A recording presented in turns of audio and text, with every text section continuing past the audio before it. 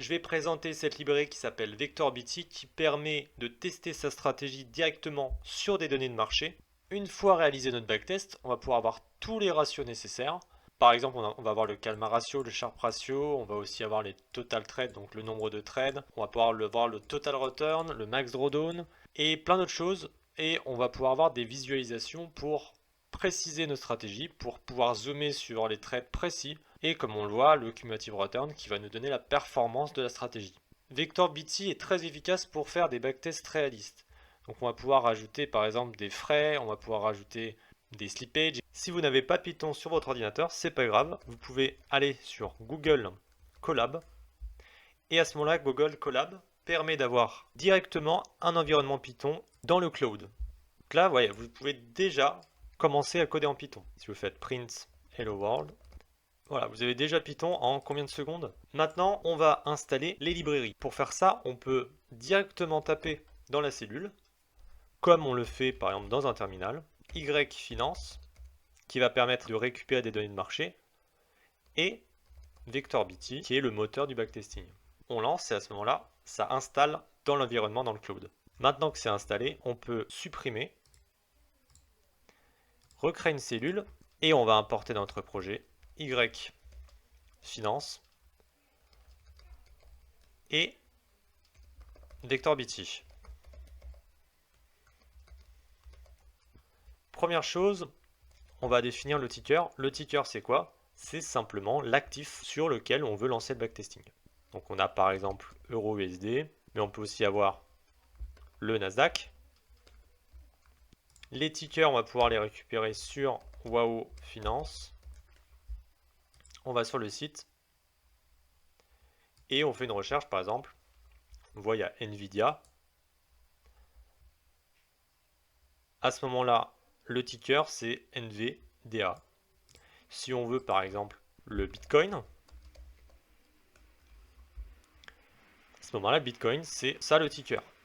Et du coup, on va le coller ici et on va télécharger avec yfinance les données. Pour ce faire, on fait yfinance download. Ensuite, du coup, ticker, on met du coup le Bitcoin. Ensuite, il nous faut une période. Donc la période, c'est combien de plages de données on veut. Donc on va mettre par exemple 10 jours. On va récupérer 10 jours de données et on va mettre un intervalle qui va être la time frame. Puis on va print la data pour voir à quoi elle ressemble. On voit qu'on a bien récupéré les données. On a par contre une ligne ici qui n'est pas utile, vu qu'on a qu'un ticker, ça va rien servir. Pour ce faire, on va faire data.columns. Data.columns. Et on va supprimer un niveau. Et le niveau, c'est le premier niveau. Ça, c'est le niveau 0 et ça, c'est le niveau 1. Donc on va supprimer cette ligne. Voilà, c'est bon. Ce qu'on va faire, c'est qu'on va isoler chacune de ces colonnes. Ce qui va nous permettre, quand on va faire la stratégie, que ce soit plus simple. On va commencer avec close. Data close. Donc close, c'est bien en majuscule ici. On continue avec open. Data. Donc maintenant, si par exemple, j'affiche les clauses, on a juste l'index et les prix de clôture. Maintenant, on va afficher nos données de Bitcoin sur un graphique. Comment faire? On va du coup appeler close et on va utiliser fonction vbt .plot. On va mettre un titre, on va mettre Bitcoin et ensuite on va faire show pour afficher. À ce moment-là, on a bien les données de marché sous forme de graphique. On peut voir qu'on évolue jusqu'à 84 000, jusqu'à 94 000. On va faire une stratégie simple. On va du coup utiliser le RSI 14. Si le RSI 14 passe sous 30%, on va acheter. Et si le RSI passe au-dessus de 70%, alors à ce moment-là, on va vendre. Comment faire le RSI? On va du coup appeler donc VBT. Et VBT fournit plein d'indicateurs. Par exemple, vous voyez qu'il y a le MACD,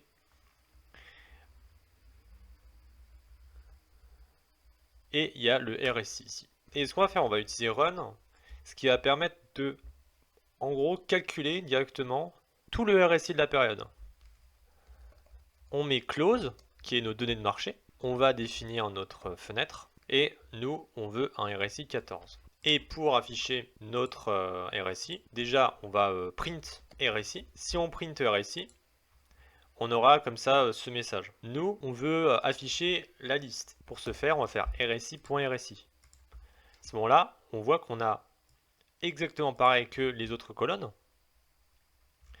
On a un index datetime et on a également le pourcentage. On voit qu'au début, tant qu'on n'a pas 14 périodes, on n'a pas de données, c'est normal. Après, ça va calculer automatiquement le RSI. Et donc, pour l'afficher, on va donc faire RSI.plow et on va mettre title, on va mettre RSI et à ce moment-là, on peut lancer. Je viens de voir qu'on a oublié point chaud et du coup, on a le RSI sur notre période. On voit que ça commence le 1er décembre et ça finit le 10 décembre. Donc on avait bien défini au début 10 jours. Donc petit récap, ici on a fait la récupération de données. Ensuite ici on a fait le calcul de l'indicateur RSI. Ça on va le mettre là. Et maintenant, il suffit plus que de faire la création de la stratégie.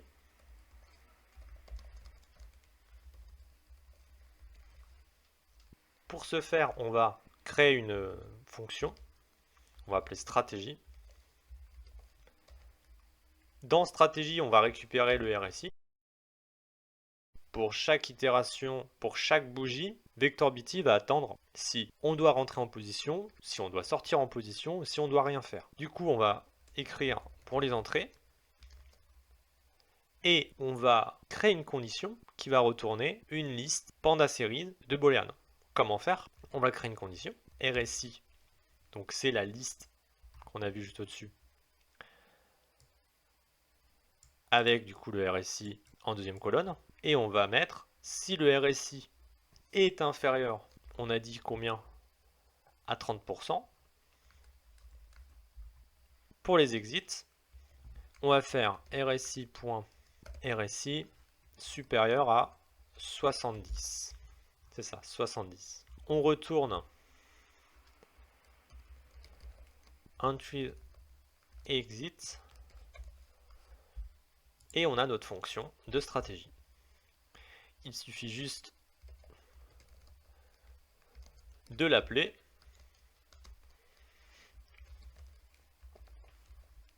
en mettant bien sûr le RSI, de la lancer et on va voir ce qu'il y a à l'intérieur d'entries. Alors, on a bien une colonne index datetime et une colonne avec des booleans. Pour être sûr, on va voir si on a bien des true. Effectivement, on en a. Donc c'est bon, on a bien des entrées en position. Et pour les exits, également. Donc c'est bon. Donc sur toutes ces lignes-là, par exemple le 1 décembre 2025, on a true. À ce moment-là, VectorBT va enclencher dans le backtesting un ordre à l'achat. Au contraire, comme on l'a vu, si on enlève ça, quand il y a false, par exemple à minuit le 1er décembre 2025, VectorBT va rien faire. Pour les exits, c'est exactement la même chose. Le 1er décembre 2025, on va sortir la position. Si on n'a pas d'entrée, c'est pas grave. VectorBT va essayer de sortir la position, mais ça va pas fonctionner. Mais c'est pas grave, en fait. Vous voyez qu'il y a plein de choux d'affilée, parce que dans cette phase-là, on est du coup au-dessus de 70.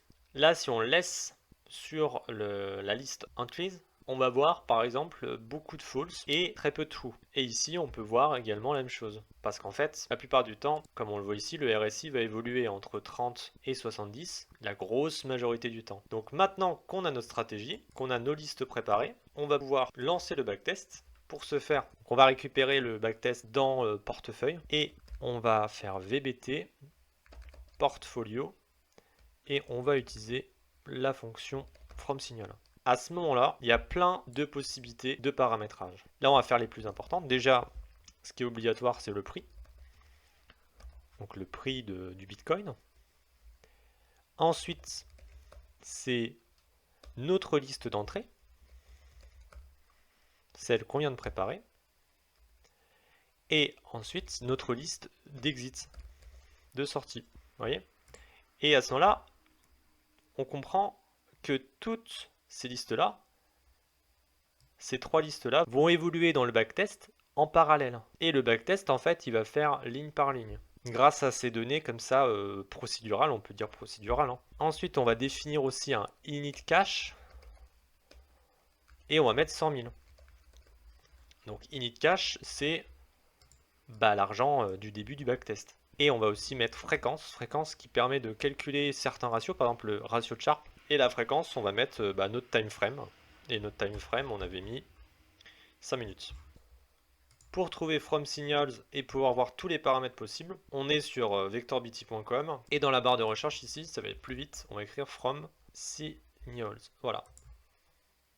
À ce moment-là, on a toutes les possibilités de paramètres. Donc les entrées, les sorties, mais aussi les ventes à découvert, les sorties de vente à découvert, mais également la taille. On peut préciser la taille d'entrée de position, les frais qui sont en dollars. Et on a aussi le slippage.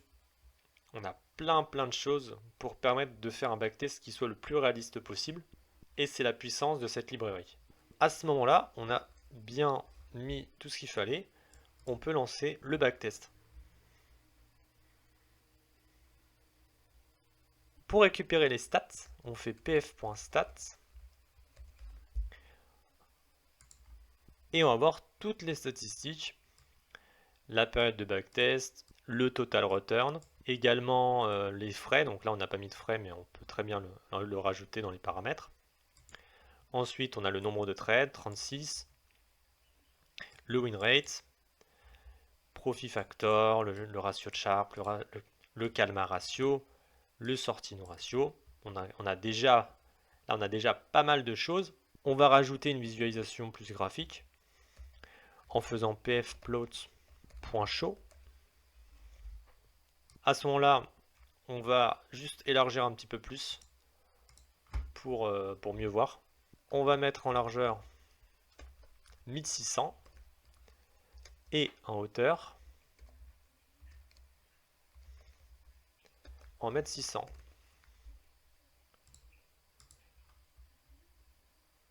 Ah, donc là, c'est déjà plus clair. Là, on a le prix du Bitcoin qui évolue. Et on a également des marqueurs d'entrée et de sortie. On peut voir juste ici. On est rentré à 86 347 $ et on est sorti à 87 218. Ici, on a tous les trades par rapport à leur performance. On voit qu'on a gagné 1% ici. Ici 0,83, ici on a perdu moins 1,44%. On a tous les trades. En gros, on a les 36 trades. Et ici, on a le cumulative return, qui est la performance de la stratégie. On voit qu'elle a mal commencé et après elle s'est redressée. Et on voit en gris ici pour pouvoir comparer avec le buy and hold. Pour voir trade par trade, on va rajouter le RSI en dessous.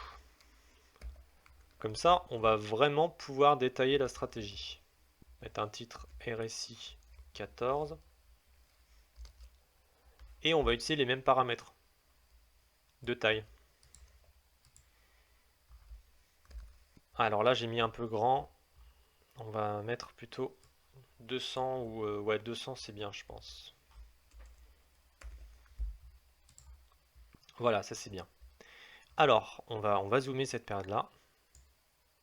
jusqu'au 3 décembre. 3 décembre, c'est ici. Ok. Et ici, on va zoomer également jusqu'au 3 décembre. Alors, premièrement, on a acheté le 1er décembre à 1h10. Le 1er décembre à 1h10. Donc, c'est le début du backtest. On a lancé le backtest, on était sous 30%. Donc, on a acheté directement. On a revendu le 1er décembre à 6h15. 1er décembre à 6h15. Pile poil là. Pile poil au-dessus de 70. Ensuite, on a racheté le 1er décembre à 11h10. 1er décembre à 11h10. Pile poil quand on passe sous 30%. Et on a vendu 1er décembre à 13h55. Donc là, j'imagine que c'est ici. 1er décembre à 13h55, juste ici. Donc on voit que la stratégie fonctionne parfaitement. On peut très bien modifier la stratégie en mettant une exigence supplémentaire. Par exemple, uniquement quand le RSI passe sous 10. Alors je ne sais pas si c'est faisable. Je vais quand même regarder avant. Est-ce qu'il est déjà passé sous... Ouais, je pense qu'il est déjà passé sous 10. Ouais. Là, on est sur des exigences élevées. Il faut pour acheter que le RSI passe sous 10%, puis pour vendre qu'il passe au-dessus de 90. On relance cette stratégie avec ces paramètres. Et maintenant, on relance le backtest. Puis on relance les stats. On voit là qu'on a un return de 9%, 9,28, donc ça a énormément évolué. Et on relance la visualisation. On voit qu'on a beaucoup moins de trades. Et on peut voir en zoomant du coup cette période-là. On a un achat 1er décembre à 11h55. Pareil, on va zoomer ici. 1er décembre à 11h55, c'est ici, donc c'est passé sous 10%. Et on revend le 2 décembre à 21h50. Le 2 décembre, 2 décembre, 2 décembre, 2 décembre. 2 décembre à 21h, c'est ça 21h 21h50. Voilà, je pense que c'est dans la zone 2 décembre.